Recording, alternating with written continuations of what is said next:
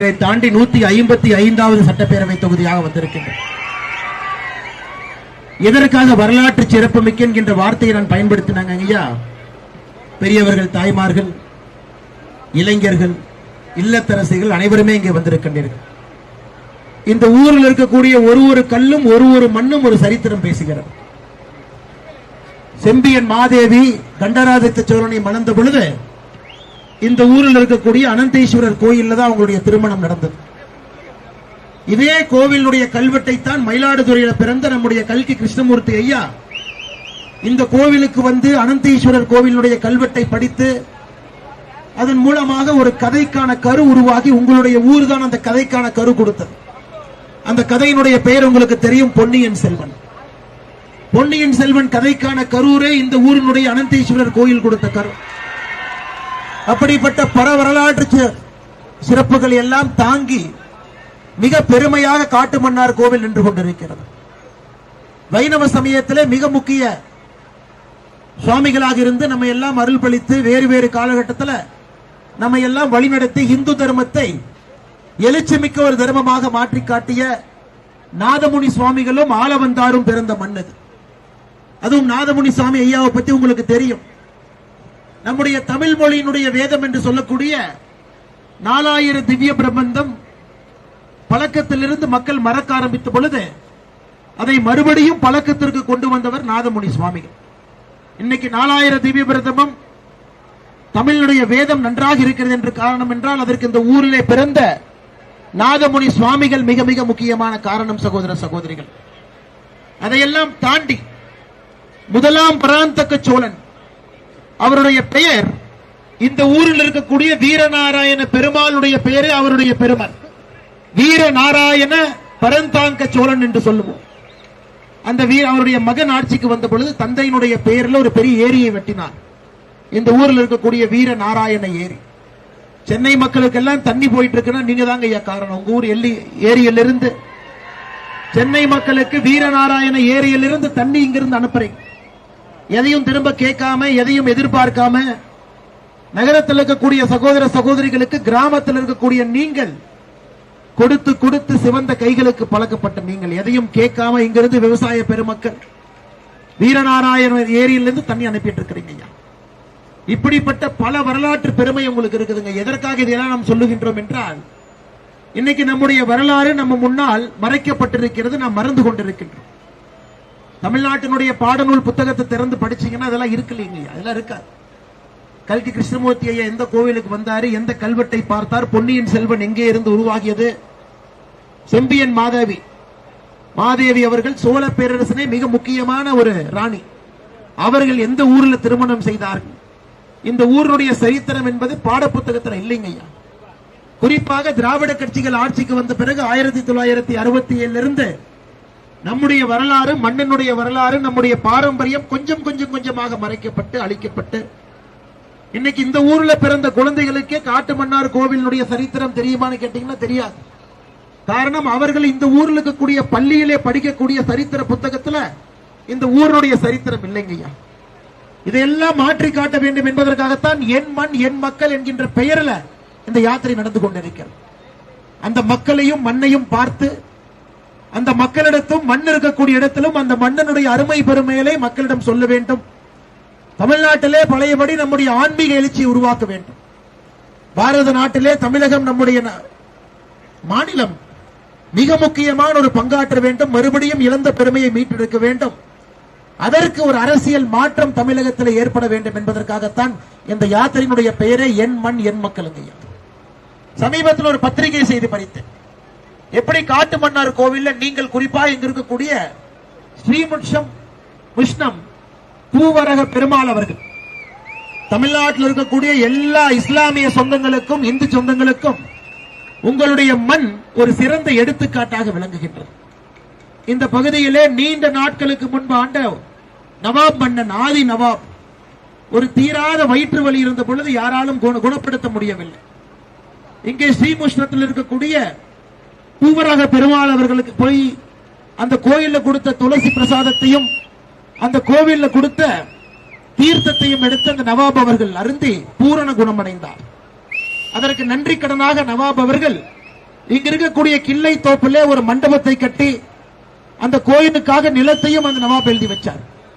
இன்னைக்கு நம்ம ஊர்ல ஸ்ரீமுஷ்ணத்துல மாசி மாசத்துல நடக்கக்கூடிய பிரம்மோற்சவத்துல ஒரு ஆண்டும் கூட கடவுள் உற்சவர் வீதியிலே வலம் வரும் பொழுது குறிப்பாக நவாப் அவர்கள் எங்கே அடக்கம் செய்யப்பட்டிருக்கின்றார்களோ அந்த இடத்துல இந்த சாமியை நிறுத்தி இந்த சாமிக்கான மரியாதை அங்கே செய்யப்பட்டு ஆராத்தியை எங்கே அந்த நவாப் மன்னன் அடக்கம் செய்திருக்கின்றார்களோ அதற்குள்ளே எடுத்துட்டு போய் மசூதிக்குள்ளே வலம் வந்து வெளியே வரக்கூடிய ஒரு அற்புதமான ஒரு தன்மை இந்த மண்ணில் ஸ்ரீமுஷ்ணத்தில் இருக்குதுங்க ஐயா.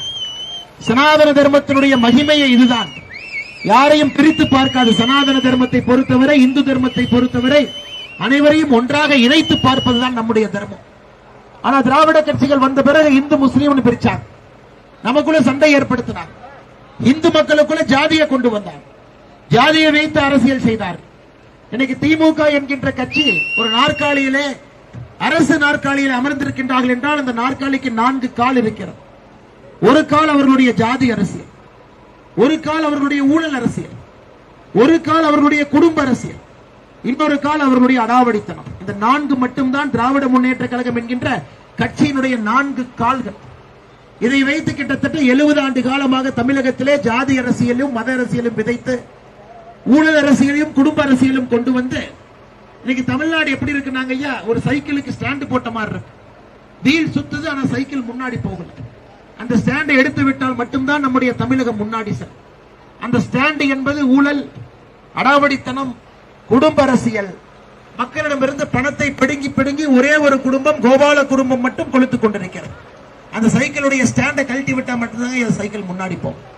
உங்களுக்கு தெரியும், இந்த இவ்வளவு பெருமையாக இங்க இருக்கக்கூடிய வீரணாம் ஏரியை பத்தி பேசுறது. கலைஞர் கருணாநிதி ஐயாவுடைய ஊழல் ஆரம்பித்ததே இந்த வீரணாம் ஏரியில தான். எத்தனை பேருக்கு தெரியுங்க? சர்க்காரிய கமிஷன் நீதிபதி சர்க்காரி அவர்கள் விசாரித்த பொழுது அப்ப வீரணாம் ஏரியிலிருந்து தண்ணீரை சென்னைக்கு கொண்டு போக வேண்டும் என்று திட்டம் போட்டார். அந்த திட்டம் 1970 திட்டத்தினுடைய மொத்த மதிப்பு 16 கோடி ரூபாய். யாருக்கு கான்ட்ராக்ட் கொடுக்கிறது, யாருக்கு கான்ட்ராக்ட் கொடுக்கிறது யோசித்துக் கொண்டிருந்த பொழுது கலைஞர் கருணாநிதி அவர்கள் தன்னுடைய மனசாட்சி என்று மாறன் ஐயாவை சொல்லுவாங்க. மாறன் ஐயாவுடைய நெருங்கிய நண்பராக இருந்த சத்யநாராயண பிரதர்ஸ் அவர்களுக்கு இந்த கான்ட்ராக்ட் கொடுத்தாங்க.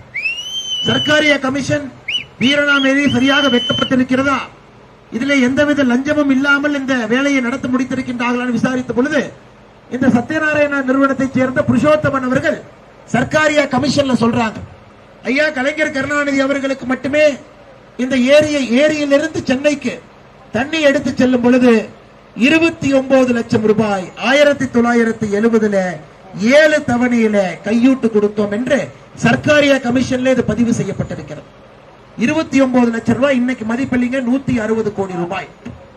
1970 16 கோடி ரூபாய் திட்டத்திற்கு கலைஞர் கருணாநிதி அவர்களுக்கு சத்யநாராயண நிறுவனத்திலிருந்து புருஷோத்தம் அவர்கள் 7 தவணையில கொடுத்த கையூட்டு மட்டுமே அன்னைக்கு ஆரம்பிச்சிருச்சுங்க. இன்னைக்கு ஆரம்பிக்கல, இன்னைக்கு நடக்கல. அன்னைக்கு ஆரம்பித்த தமிழகத்திலே லஞ்சம் என்பது காமராஜர் ஐயாவுடைய ஆட்சி காலத்திற்கு பிறகு ஆரம்பித்த லஞ்சம் என்பது இன்னைக்கு மூளை முடுக்கெல்லாம் போயிருச்சு, சந்து முந்தலி எல்லாம் போயிருச்சு ஐயா. ஒரு சாதாரண அரசு அலுவலகத்துக்கு சென்றால் லஞ்சம், அரசு வேலை வேண்டும் என்று நின்னால் லஞ்சம், ஏதாவது ஒரு கான்ட்ராக்ட் எடுக்கணும்னு தொழிலதிபர் போனீங்கன்னா லஞ்சம், ரோடு போடுறாங்கன்னா அதுக்கு லஞ்சம். எங்கே பார்த்தாலும் கூட லஞ்சம் என்கின்ற பேய் தமிழகத்திலே தலைவிரித்தார் என்று அதற்கு இந்த வீரணாம் ஏரியில இங்கிருந்து 1 கிலோமீட்டர் இருக்கக்கூடிய உங்கள் ஏரியில 1970 லஞ்சம் கொடுக்கப்பட்டிருக்கிறது. இதற்கு நான் பழைய விஷயத்தை பேசுறாங்க, இளைஞர்கள் தெரிந்து கொள்ளுங்கள். அப்ப இளைஞர்களுக்கு நிறைய பேருக்கு இந்த விஷயம் தெரியாது. ஏன்னா தமிழ்நாட்டில் நியூஸ் பேப்பர் இதை பத்தி யாரும் எழுதுறது இல்ல, சர்க்காரிய கமிஷன் அறிக்கையில என்ன சொல்லி இருந்தார்கள் என்று யாரும் நமக்கு சொல்வதில்லை. அதனால் சகோதர சகோதரர்களே, நம்முடைய குறிக்கோள், இங்க இருக்கக்கூடிய நம்முடைய ஒற்றை குறிக்கோள் என்பது தமிழகத்திலே லஞ்ச லாவண்யம் இல்லாத ஒரு அரசை உருவாக்குவது மட்டும்தான் நம்முடைய ஒற்றை குறிக்கோளாக இருக்க வேண்டும். இன்னைக்கு பாருங்க, காட்டுமன்னார் கோவிலே ஒரு சிறந்த எடுத்துக்காட்டு. இவ்வளவு சரித்திர புகழ் வாய்ந்த காட்டுமன்னார் கோவில், இவ்வளவு சரித்திரத்தை தாங்கி நிற்கக்கூடிய காட்டுமன்னார் கோவிலுக்கு பழைய கம்பீரமும் பெருமையும் இருக்கான்னு என்கிட்ட கேட்டீங்கன்னா கண்டிப்பா இல்லைங்க ஐயா.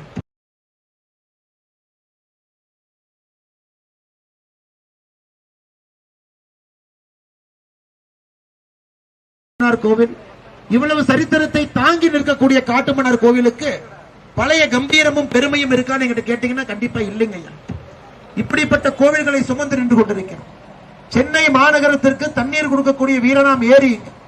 ஆனா எத்தனை பேர்த்துட்டு போய் வீரனாம் ஏரி எந்த ஊர்ல இருக்குன்னு கேட்டா தமிழகத்தில் எத்தனை குழந்தைகளுக்கு தெரியும் வீரனாம் ஏரி இருப்பது காட்டுமன்னார் கோவில் என்று? சரித்திரம் தெரியாதுங்க ஐயா. ஊருடைய பெருமை வெளியே சொல்வது கிடையாது. யாருக்கும் இதை பற்றி புரிவதில்லை. இதையெல்லாம் மாற்றி நம்முடைய அரசியல் என்பது மண் சார்ந்த அரசியலாக இருக்க வேண்டும், விவசாயம் சார்ந்த அரசியலாக இருக்க வேண்டும், இளைஞர்களுடைய மேம்பாடு சார்ந்த அரசியலாக இருக்க வேண்டும்.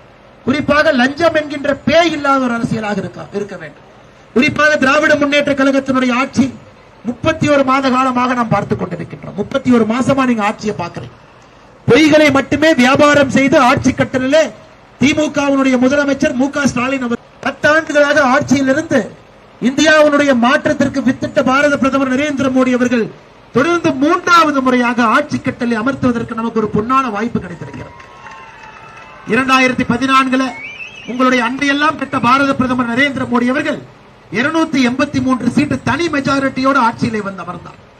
கிட்டத்தட்ட இந்திய நாட்டிற்கு 30 ஆண்டுகள் கழித்து ஒரு கட்சிக்கு நீங்கள் ஒரு தனி மெஜாரிட்டி கொடுத்தீங்க. தனியாக ஒரு கட்சி ஆட்சியிலே அமர்வதற்கு தகுதிப்படுத்தினீங்க. 2019 பிரதமர் அவர்கள் 2வது முறை உங்களிடம் உங்களுடைய அன்பை கேட்கும் பொழுது 303 இடத்திலே வெற்றி பெற செய்து தனி மெஜாரிட்டியோடு மறுபடியும் பாரதிய ஜனதா கட்சி பாரத பிரதமர் நரேந்திர மோடி அவர்களை அமர வைத்தார். ஐயா, இன்னைக்கு நாடு முழுவதும் பார்க்கிறோம் மோடி ஐயாவின் மீது மிகப்பெரிய எழுச்சி. மோடி ஐயாவை கிட்டத்தட்ட கடவுளாகவே பார்க்க ஆரம்பிச்சோம். ஒரு அதிகார புருஷனாக பார்க்கின்றோம். ஒரு அரிய மனிதன். 500 ஆண்டு காலமாக இந்தியாவிலே தீர்க்கப்படாத ராமர் கோவில் மோடி அவர்களுடைய காலத்திலே தீர்த்து வைத்திருக்கின்றார். பிராண பிரதிஷ்டை நடத்தி காட்டியிருக்கின்றார். மிகப்பெரிய எழுச்சியோடு நம்முடைய நாடு சென்று கொண்டிருக்கிறது. மோடி அவங்க நம்ம சொல்றாங்க, தமிழ்நாட்டில் எல்லாருமே ஜாதி அரசியல பேசுறாங்க. எது காட்டுமன்னார் கோவில் உங்களுக்கு தெரியும். ஜாதியை வைத்துத்தான் இந்த தொகுதியிலே இத்தனை ஆண்டு காலமாக அரசியல் நடந்து கொண்டிருக்கிறது. மோடி ஐயா சொல்றாரு, நான் நம்புவது 4 ஜாதிகள் மட்டும்தான்.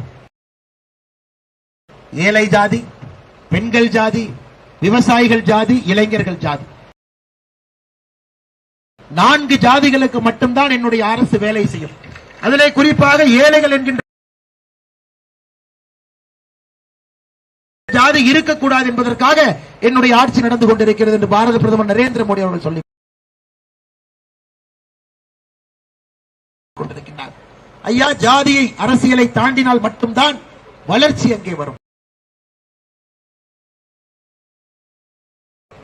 வளர்ச்சி வந்தால் மட்டும்தான் அந்த பகுதி முன்னேற்றம் அடையும். அதற்கு காட்டுமன்னார் கோவில் ஒரு சிறந்த உதாரணம்.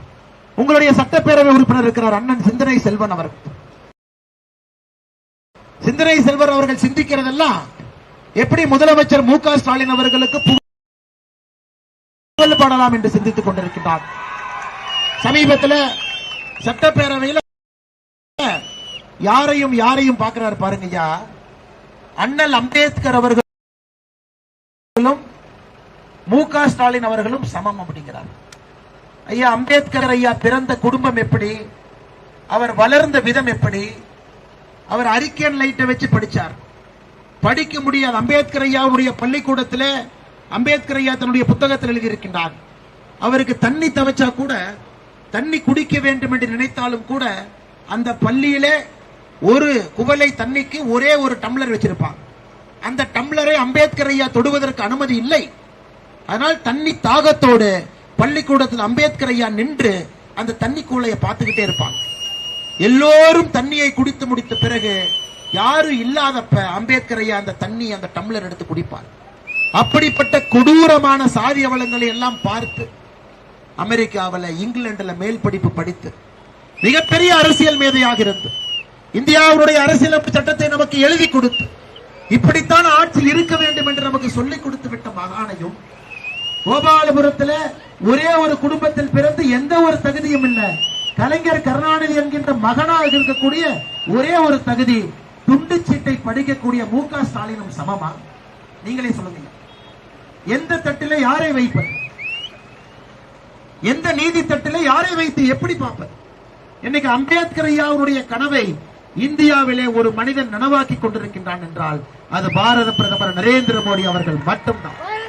அம்பேத்கர் ஐயாவுடைய கனவு பெண்கள் முன்னேற்றம். அம்பேத்கர் ஐயா சொல்லுவாங்க, இந்த சமுதாயத்துல பெண்களுடைய முன்னேற்றத்தை பார்த்து தான் சமுதாயம் முன்னேறி இருக்கிறதா என்பதை நான் சொல்வேன் என்று. பெண்களுக்கு 33% இடஒதுக்கீடு கொண்டு வந்தது நம்முடைய பாரத பிரதமர் நரேந்திர மோடி அவர்கள். 2029 இருந்து பாப்பீங்க, பெண்கள் முன்னேற்றம் என்பது அரசியல் முன்னேற்றமும் கூட. அம்பேத்கர் ஐயா சொன்னாங்க, தொழில்துறை என்பது வெளிநாடுகளை சார்ந்து இருக்க கூடாது, இந்தியாவை சார்ந்து இருக்க வேண்டும், நம்முடைய நாட்டை சார்ந்து இருக்க வேண்டும் என்று அம்பேத்கர் ஐயா பேசினார். இன்னைக்கு மோடி ஐயா சுயசார்பு பாரதம், made in India, make in India, இது அனைத்தும் கூட அம்பேத்கர் ஐயாவுடைய கனவு என்னவெல்லாம் இருந்ததோ அதை எல்லாம் இன்று நடத்தி காட்டிக் கொண்டிருக்கக்கூடிய ஒரு தலைவர் என்றால் அது பாரத பிரதமர் நரேந்திர மோடி அவர்கள். அதனால்தான் சமீபத்தில் மோடியும் அம்பேத்கரும் என்கின்ற புத்தகத்துக்கு ஐயா இளையராஜா அவர்கள் முன்னுரை எழுதினார். தமிழ்நாட்டில் எல்லாம் கொதிச்சு எழுந்துட்டாங்க. அண்ணன் திருமாவளவன் அவர்கள் எல்லாரும் கொதிச்சு எழுந்து, அது எப்படி மோடி அவர்களையும் அம்பேத்கர் அவர்களையும் நீங்கள் ஒரே தட்டிலே வைக்கலாம்? ஐயா, இன்னைக்கு அம்பேத்கர் ஐயாவுடைய கனவு 70 ஆண்டு காலமாக அந்த கனவை நிறைவேற்றுவதற்கு இந்தியாவிலே ஒரு அரசியல் தலைவர் இல்லை. இன்னைக்கு அம்பேத்கர் ஐயாவுடைய கனவை முழுமையாக நிறைவேற்றி, அம்பேத்கர் ஐயா என்ன கனவு கண்டாரோ அதை இங்கே நடத்தி கொண்டிருப்பது நம்முடைய ஆட்சி, பாரத பிரதமர் நரேந்திர மோடி அவருடைய ஆட்சி. ஆனா இந்த எம்எல்ஏ சிந்தனை செல்வன் அவர்கள் அம்பேத்கர் அவர்களும் ஸ்டாலின் அவர்களும் ஒண்ணுங்கிறார். எம்எல்ஏ அவர்களுக்கு சில கருத்துக்களை தெரிவிக்க விரும்புகின்றேன். இந்த யாத்திரை இங்கே நடக்கும் பொழுது அண்ணே, இதையெல்லாம் நீங்கள் பேசுவதை விட்டுவிட்டு தமிழகத்தில் இருக்கக்கூடிய 38 மாவட்டத்தில் 37 மாவட்டத்தில் 345 கிராமத்தில் பட்டியல் சாதி மற்றும் பழங்குடியினர் சமூகங்களுக்கு கொடுமைக்கு ஆளாகக்கூடியது என்று மத்திய அரசு ஒரு குறிப்பிலே தெரிவித்திருக்கின்றார்கள். 37 மாவட்டம், அதை சரி பண்ற முயற்சி இந்தியாவில் எந்த ஒரு மாநிலத்திலும் கூட 38 மாவட்டத்தில் 37 மாவட்டங்கள் கொடுமைக்கு ஆளாகக்கூடியது என்கின்ற குறிப்பு இல்லை. நம்ம ஊர்ல இருக்கிறது. பட்டியலினத்தோர் பழங்குடியின மக்களுக்கு அட்டூழியங்கள் அதிகமாக நடக்கக்கூடிய மாநிலமாக தமிழகம் நம்பர் 1 மாநிலமாக இருக்கு. அதை பத்தி சட்டப்பேரவையில் பேச, வேங்கைவேல் சம்பவத்தில் மக்கள் குடிக்கக்கூடிய குடிநீரில் மனிதனுடைய மலத்தை கலந்து 14 மாதங்கள் ஆகிறது, இன்னும் குற்றவாளி நீங்க பிடிக்கல, அதை பத்தி பேச. திமுகவுடைய எம்எல்ஏ கருணாநிதி அவருடைய மகன் வீட்டில் ஒரு பட்டியலின சகோதரியை அடித்து துவைத்திருக்கின்றார்கள், அந்த குழந்தைக்கு நீதி கிடைக்கல, அதை பற்றி பேசுகிறோம். இது அனைத்துமே இந்த திராவிட மாடல் அரசில் நடந்து கொண்டிருக்கிறது. சமூக நீதி என்று பேசி எதையுமே செய்யலைங்க. 35 அமைச்சர்கள் இருக்கின்றார்கள் தமிழகத்தினுடைய அமைச்சரவை. அம்பேத்கர் ஐயாவுடைய மற்றும் ஒரு கனவு, ஒரு மனிதனுக்கு அரசியல் அதிகாரம் வந்தால் மட்டும்தான் அந்த சமுதாயம் முழுமையாக முன்னேறுகிறது என்று சொன்னார். அரசியல் அதிகாரம் கொடுக்கப்பட வேண்டும் என்று. இன்னைக்கு 35 அமைச்சர்கள் இருக்கக்கூடிய தமிழக அமைச்சரவையில பட்டியலினத்திலிருந்து வந்திருக்கக்கூடிய சகோதர சகோதரிகள் 2 பேர் அமைச்சர். ஆனால் மோடி ஐயாவுடைய கேபினெட்ல 75 அமைச்சர்கள் சமுதாயத்திலிருந்து வந்திருக்கக்கூடிய சகோதர சகோதரிகள் உச்சபட்ச அதிகாரத்திலே கேபினெட் மந்திரிகளாக அமர்ந்திருக்கிறார். இதை எப்படி நடத்த வேண்டும் என்பதற்கு மோடி ஐயாவுடைய இலக்கம். இதையெல்லாம் தாண்டி சகோதர சகோதரிகளை இன்னைக்கு தமிழகத்தில் நீங்க பாத்தீங்கன்னா ஒரு பக்கம் மோடி ஐயாவும் இந்திய அரசியல், இன்னொரு பக்கம் யாரெல்லாம் மோடி ஐயாவை எதிர்த்து நிக்கிறாங்க. ஐயா ஹீராபென் அம்மையார், எல்லோருக்கும் மோடி ஐயாவுடைய அப்பாவை பத்தி தெரியும். அண்ணே டீ கடை வச்சிருந்தார், ஒரு சின்ன குழந்தைய கேட்டா கூட சொல்லுவாங்க, அண்ணே மோடி ஐயாவுடைய அப்பா டீ கடை வச்சிருந்தாருன்னு, அதுல இருந்து மோடி ஐயா வந்தார். ஆனால் எத்தனை பேருக்கு தெரியும், மோடி அவர்களுடைய தாயார் ஹீராபென் அவர்கள் 5 வீட்டுல பாத்திரம் கழுவி 5 வீட்டிலே பாத்திரம் கழுவி அதன் மூலமாக மோடியை வளர்த்தார் என்று எத்தனை பேருக்கு தெரியும்? தன்னுடைய தாயார் 99 வயதிலே மறைந்த பொழுது இதை மோடி அவர்கள் தன்னுடைய தாயாரை பத்தி எழுதுறார். 5 வீட்டிலே 10 பாத்திரம் எல்லாம் தொடச்சு கழுவி அதன் மூலமாக எங்களுடைய குடும்பத்தை எங்களுடைய தாயார் வளர்த்தினார்கள். அந்த ஹீராபென் அம்மையாருடைய மகன் மோடி ஒரு பக்கம், இன்னொரு பக்கத்தில் யாரெல்லாம் எதிர்த்து நிக்கிறாங்க ஐயா? கருணாநிதி அவருடைய பையன், ராஜீவ்காந்தி அவருடைய பையன், பரூக் அப்துல்லாவுடைய பையன் உமர் அப்துல்லா, லல்லு பிரசாத் பையன் தேஜஸ்வி யாதவ், பாபா சாஹேப் பால் தாக்கரேனுடைய பையன் உத்தவ் தாக்கரே. இந்த குடும்பத்தில் பிறந்த இளவரசர்கள் ஒரு பக்கம். ஆனால் சாமானிய மனிதர்களாக இருந்து உங்களுக்காக உழைக்க வேண்டும் என்று நினைக்கக்கூடிய பாரத பிரதமர் அவர்கள் ஒரு பக்கம்.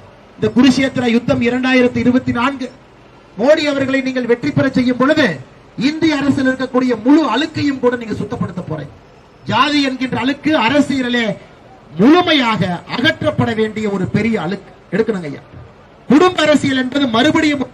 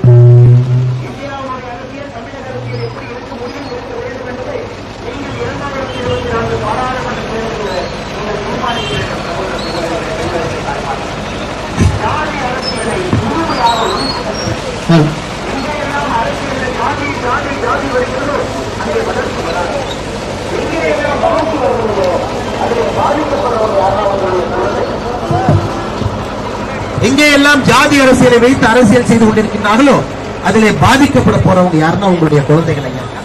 2024 வளர்ச்சி அரசியலுக்காக இந்த நாடு அடுத்த 25 ஆண்டுகளில் முதன்மை நாடாக வல்லரசு நாடாக வரக்கூடிய முழு தன்மை மோடி ஐயாவுடைய கையிலே ஆட்சியில் இருக்கு. ஆனால் உங்களுடைய வாக்கு ஜாதி என்கின்ற அழுக்கை எடுப்பதற்காக இருக்கிறது. குடும்ப அரசு எல்லாருமே பாருங்க, எந்த தகுதியும் இல்லாம யாரோ ஒருத்தருக்கு குழந்தையாக பிறந்ததை மட்டும் ஒரு தகுதின்னு வச்சிருக்க, இனிஷியலை மட்டும் வச்சுக்கிட்டு தகுதிங்கிறான். ஆனா இங்க இருக்கக்கூடிய ஒரு சகோதரருமே ஒரு 100 ரூபாய் சம்பாதிக்கிறது நம்ம கஷ்டப்படுறோம். நம்மளுடைய சொந்த உழைப்பை போட்டு வேர்வையை சிந்தி 100 ரூபாய் சம்பாதிக்கிறோம்.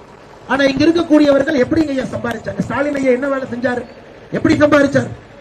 இங்க இருக்கக்கூடிய ஒருவரையும் பாருங்க. ஆட்சியம் அகற்றுவதற்கு 2024 தேர்தல் ஒரு வாய்ப்பு. லஞ்ச லாவண்யம் மூலம் ஒரு பக்கம், அதையும் துணை தெரிவதற்கு 2024 பாராளுமன்ற தேர்தல் ஒரு வாய்ப்பு. அதனால் சகோதர சகோதரிகளே, பெரியோர்களே, தாய்மார்களே, காட்டுமன்னார் கோவில்ல நம்முடைய எதிர்கட்சி நண்பர்கள் கேட்பார்கள், பாரதிய ஜனதா கட்சி எங்கே இருக்கிறது? பாரதிய ஜனதா கட்சி எங்கே இருக்கிறது? இன்னைக்கு காட்டுமன்னார் கோவிலே பாரதிய ஜனதா கட்சியாக இருக்கிறது. மூளை முடுக்கெல்லாம் பார்க்கின்ற இடத்துல எல்லாம் பாரத பிரதமர் நரேந்திர மோடி அவருடைய கரத்தை வலுப்படுத்துவதற்காக காட்டுமன்னார் கோவிலே திரண்டு இந்த யாத்திரைக்கு, என் மண் என் மக்கள் யாத்திரைக்கு நீங்கள் வந்திருக்கின்றீர்கள் சகோதர சகோதரி.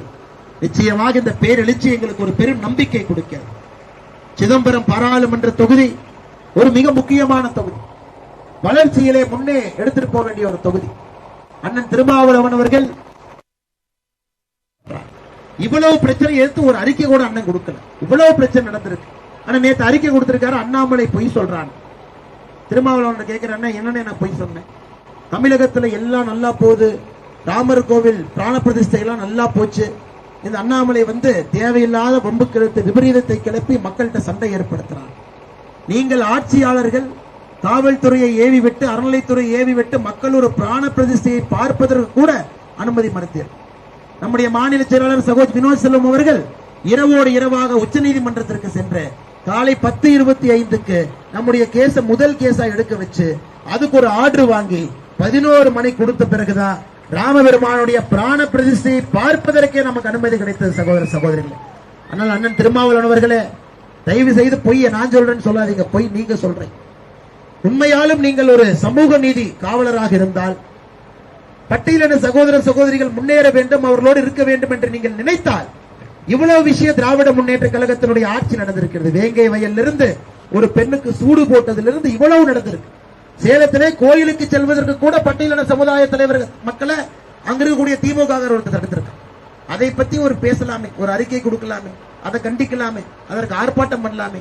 எதையும் செய்யாமல் போலி சமூக நீதி பேசி மோடி ஐயாவை திட்டுவதை மட்டுமே தன்னுடைய முழுநேர வேலையாக அண்ணன் திருமாவளவன் அவர்கள் வைத்திருக்கின்றார். அதனால் சகோதர சகோதரி, அன்பான வேண்டுகோள், இந்த முறை நம்முடைய சிதம்பரம் பாராளுமன்ற தொகுதி வளர்ச்சியை நோக்கி செல்ல வேண்டும். ஜாதி அரசியலிருந்து வெளியே வந்து மோடி ஐயாவுடைய கரத்தை வலுப்படுத்த பாரதிய ஜனதா கட்சி, தேசிய ஜனநாயக கூட்டணிக்கு உங்களுடைய வாக்கை அளிக்க வேண்டும் என்று சொல்லி மிக அற்புதமான எழுச்சி மிகுந்த இந்த யாத்திரையிலே பங்கெடுத்த எல்லா சகோதர சகோதரிகளுக்கும் இந்த நேரத்தில் எங்களுடைய வாழ்த்துக்களை, வணக்கங்களை, நன்றிகளை தெரிவித்து, மிக முக்கியமாக இந்த மாவட்டத்தினுடைய தலைவராக இருந்து நம்மை எல்லாம் ஒருங்கிணைத்து மிகச் சிறப்பாக இந்த யாத்திரை நடத்த